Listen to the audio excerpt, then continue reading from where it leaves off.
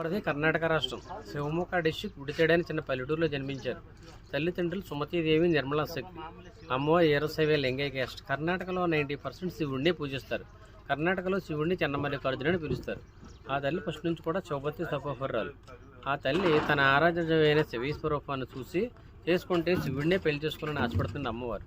అమ్మవారు మహాసుందరివతి. ఆ తల్లి రూపం ఎంతంటే సృష్టిలో ఉన్న అందాలన్నీ తీసుకొచ్చి ఒక చోట పెడితే వాటికంటే అందంగా ఉంటుందండి ఆ తల్లి.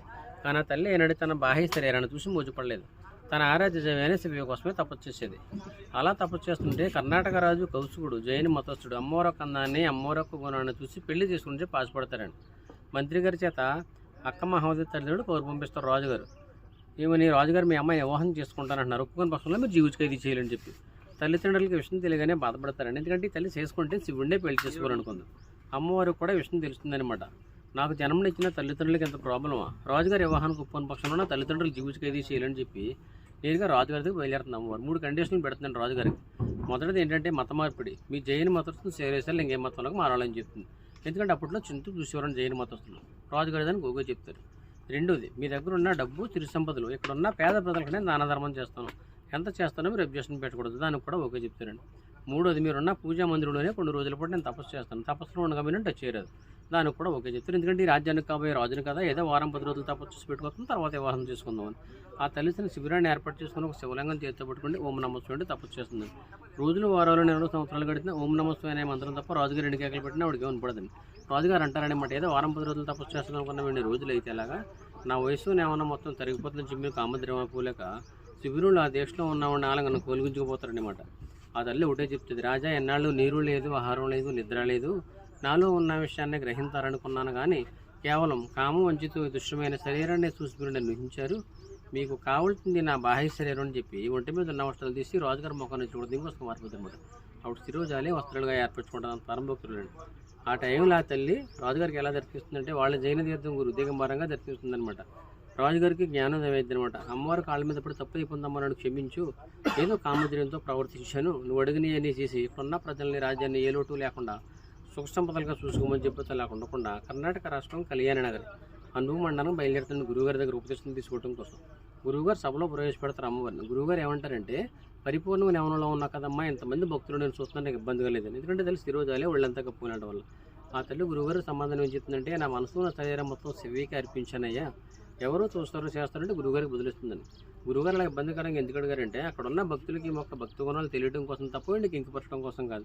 ఆ తల్లి దాదాపు 12వ శతాబ్దం 800 సంవత్సరాల క్రితం కర్ణాటకలో గురువుగారు ఉపదేశం తీసుకుని కాళ్ళకి చెప్పులే ఒంటి మీద నడుపుకోలేకుండా కాలినడకన శ్రీశైలం వచ్చి స్వామి అమ్మవారిని దర్శనం చేసుకుని వనదేవతను అడిగిందంటే, మానవుడు కంటిపడని ప్రదేశం చూపించమ్మన్న శివయ్య కోసం తపస్సు చేసుకుని అంటే ఆ తల్లి గృహ లోపల తీసుకుంటుంది అనమాట. ఇక్కడ 12 సంవత్సరాల కటారి మీద తపస్సు చేస్తే ఆమె తపస్సును గుర్తించిన సాక్షాత్ రామ మల్లికార్జున స్వామి దర్శించి ఒక శివలింగాన్ని నిలిపించారు గృహం లోపల. శ్రీశైలంలో ఉండే లింగాన్ని జ్యోతిర్లింగం అంటాం, కేవ్స్ లోపల ఉండేదాన్ని స్వయంలింగం అంటాం. శ్రీశైలంలో ఉండే జ్యోతిర్లింగానికి మనం లేదా పూజారులు 1000 రూపాయలు పెట్టి అభిషేకం చేస్తాం. కానీ కేవ్స్ లోపల ఉండే శివలింగానికి ఎవరు అభిషేకం చేయరు. ప్రకృతి సిద్ధంగా కొండలపై నుంచి ఎక్కువ శివలింగం మీద పడుతుంది. 365 రోజులు అభిషేకం పడుతూ ఉంటుంది. అక్కడ మీరు వెళ్ళేటప్పుడు చూడొచ్చు. ఆ తల్లి కొన్ని నిర్ణీయ కారణం వల్ల ఒంటి మీద వస్త్రం లేయడం జరిగింది. ఆమె శిరోజాలే వస్త్రాలుగా ఏర్పరచుకుని పరమభక్తులండి. వాస్తవానికి మానవ రూపంలో పుట్టిన వాళ్ళ విగ్రహాలు గర్భగుళ్ళు ఎక్కడ పెట్టండి, కానీ తల్లి విగ్రహాన్ని తీసుకెళ్లి శ్రీశైలం గర్భగుడిలో టెంపుల్లో స్వామివారి కంటే ముందు పెట్టారు. గర్భగుడిలోకి ఎంటర్ అవ్వగానే లెఫ్ట్లో ఒక నల్లరాతి ఉంటుందండి, ఆమె అక్క మహాదేవి. మళ్ళీ రిటర్న్లో 2 ఉంటాయి, ఏమారెడ్డి మల్లమ్మ, సిద్ధిరామప్ప. వీళ్ళు ముగ్గురు కర్ణాటక చెందిన వాళ్ళే, మనకలాగా మానవ జన్మెత్తిన వాళ్ళు. మనకలాంటి మానవ జన్మెత్తిన వాళ్ళ విగ్రహాలు తీసుకెళ్లి శ్రీశైలం గర్భగుడిలో స్వామివారి ముందు పెట్టారంటే వాళ్ళు ఎంత భక్తిపరులో ఆలోచించారు. వాస్తవానికి డబ్బున్న వాళ్ళు కొన్ని వేల కోట్ల డొనేషన్ చేసిన శిలా పథకాల మీద పేర్లు పెడతారు తప్ప విగ్రహాలు ఎక్కడ పెట్టండి. వీళ్ళు ముగ్గురు కర్ణాటక చెందిన వాళ్ళే. నల్లమల్ల ఫారెస్ట్లో శివుడి కోసం తప్పొచ్చి శివుడిలో ఒక జ్యోతులు ఎక్కేస్తారు. ఓకేనండి. ఎక్కితే అయిన ప్రదేశం కదలేమన్నాడు, చేపలు పట్టే గుడిసెలు కనపడుతున్నాయి కదా, 8 కిలోమీటర్లు వెళ్తే కదలేమన్నాడు అమ్మవారు ఎక్కితే ప్రదేశం. అది స్తపోవనం, ఇది స్తపోభూమి. ఈ స్తపోభూమిలో 70 అడుగులు నడుచుకుంటూ వెళ్ళాలి. 40 అడుగులు నార్మల్గా ఉంటుంది, 30 అడుగులు బెండే కాస్తారు.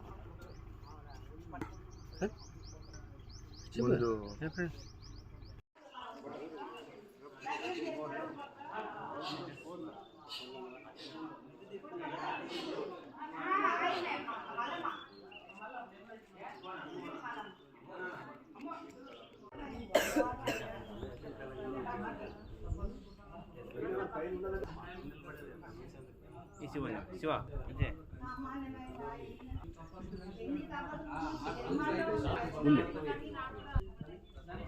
అయిపోతుంది. ఏం పడలే కదా వాళ్ళ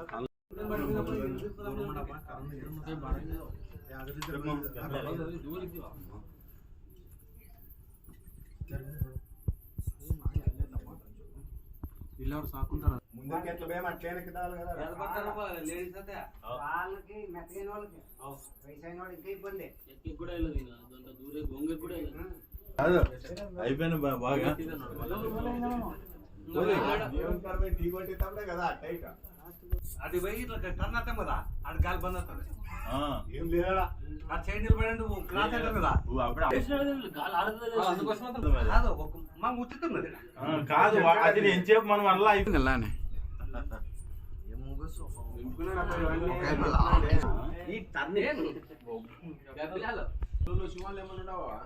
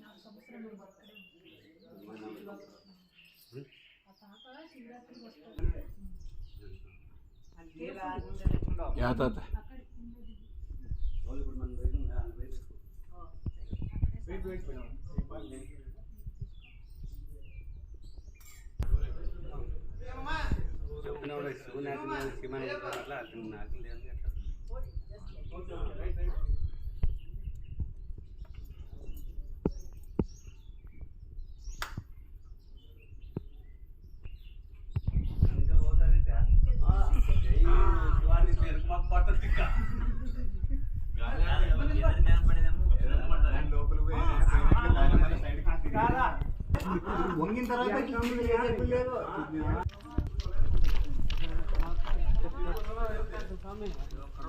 చేసుకోలేదు ఓకేనా. మళ్ళీ అక్కడ నుంచి ఒక 5 కిలోమీటర్లు వెళ్ళినట్టయితే దత్తప దగ్గర ఉన్నాయి. దత్తాత్రేయ తెలుసు కదా, మెయిన్ శ్రీశైలం టెంపుల్ త్రిఫల వృక్షం ఉంది కదా, ఐడియా ఉందా? అక్కడ కొంతకాలం తపస్సు చేసుకొని అక్కడ భక్తులకు ఇబ్బంది అవుతుంది, అక్కడ నుంచి ఇక్కడికి వచ్చి ఇక్కడ తపస్సు చేసుకుని ఆయన పాదకలు గుర్తుగా వదిలిపెట్టి వాళ్ళ దేశం వెళ్ళి అక్కలకోట మహారాజుగా అవతారం ఇస్తారని చెప్తారు. ఇవన్నీ తపోస్థలాలండి, విహారయాత్రలు కాదు. 650 రూపాయలు పెట్టాం కదని విహారయాత్రలు కాదు. ఇది వచ్చేసి తపోభూమి, అది వచ్చేసి తపోవనం. ఇక్కడ మొత్తం 70 అడుగులు లోపలికి వెళ్తాం, 40 అడుగులు నార్మల్గా వెళ్తాం, 30 అడుగులు బెండే ఒక సైడ్కి వెళ్ళాలి. ఇంత ప్లేస్లో ఇంత హైట్లో లింగం ఉంటుంది, దర్శనం చేసుకుని వస్తాం. లోపల చీకటి గబ్బిలాలు ఉంటాయి. మేము మీతో పాటు వస్తాము, దర్శనం చేసి తీసుకుని వస్తాం. సేమ్ బోటు సేమ్ సీట్ కూడా. చిన్నపిల్లలాగా అయితే సీట్ల కోసం కుట్టుకోవద్దు. ఓకేనా?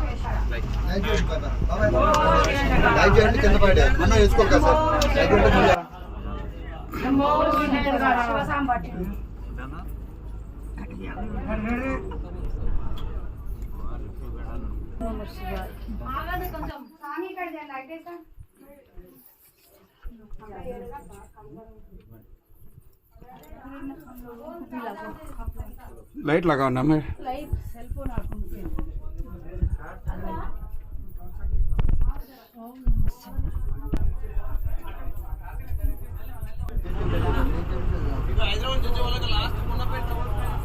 नहीं रहा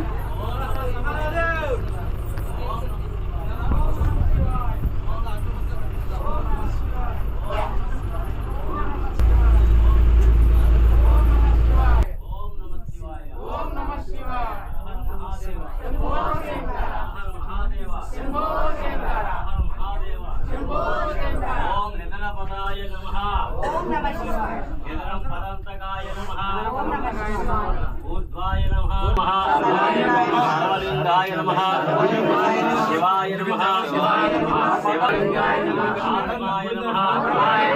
आत्मलिंगाय, त्रिकाग्निकालाय, सर्वेश्वराय, ओम गणपताय नमः, ओम शिवलिंगाय नमः, ओम नमः शिवाय, ओम नमः शिवाय, सर्वेश्वराय, ओम नमः शिवाय, ओम तत्पुरुषाय, ओम नमः शिवाय, शिवाय, ओम नमः शिवाय. లైట్ ఏను అక్కడ ఉన్న లైట్ ఏమన్నా శివయ్య నువ్వు లోపు సైడ్ లో పడతారు, ఏం కాదు, వెళ్ళిపోవచ్చు. వెళ్ళిపో. ఓం నమః శివాయ, ఓం నమః శివాయ, శివయ్య, ఓం నమః శివాయ, ఓం నమః శివాయ, ఫేస్ ఇక్కడ చెప్పండి, ఫేస్ ఇక్కడ చెప్పండి, పూర్తి ఫేస్ ఇక్కడ చెప్పండి. ఓం నమ శివాయ. ఓం నమ శివాయ. ఓం నమ శివాయ. ఓం నమ శివాయ.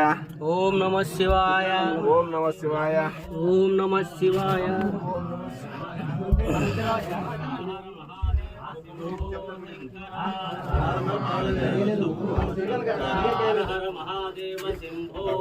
ఒక్కొక్కరు బాణా నింతకన్నా బర్లే.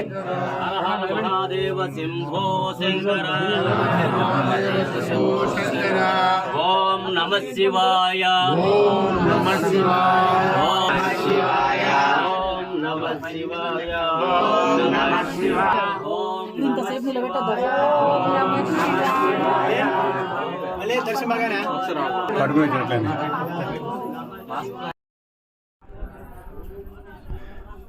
అన్నా. నీవు వచ్చినావు, అంచెం నిలబడినావు కదా నువ్వు. ఊపిరి ఆడడం లేదు నాకు కదా. మరి రామా. ఆడ ఒక్కొక్కరు పంపించాలి. నిదానమేకి ఒక్కరినే పంపించాలి చూడు వీళ్ళని. ముసలి వద్దమ్మా, లోపల పంపేద్దండి తల్లి. ఇది ఆడు ಒಳಗೆ ಕಳಿಸ್ಬೇಡ್ರಿ, ಭಾರಿ ಇದೆ ಉಸಿರಾಗಡ ನೋಡಿ. ఆక్సిజన్ కడిమే. ಬರ್ರಿ ಇಲ್ಲಿ ಬಾ అమ్మ. కాదమ్మా, లోపలికి వెళ్ళడానికి కొద్ది వరకు చాలా మంది ఉన్నారు. లేరమ్మా, ఇక్కడ కూర్చోమని. కూర్చోండి. కాదు, అందరు అయిపోయినాక వాళ్ళు తోలుకోపోతారులే. కూర్చోమని. అమ్మా ತಾಸು ಆತದ ಎప్పుడు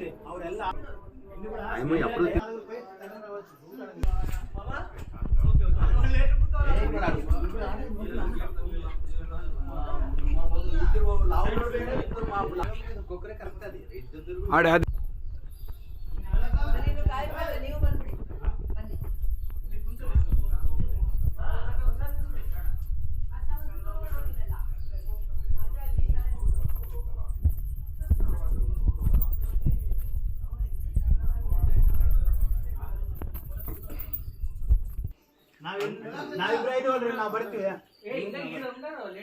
ಇಪ್ಪತ್ತು ವರ್ಷ ಸೇವೆ ಮಾಡ್ಕೋತಿಲ್ಲೇ ಇದ್ದೇವು.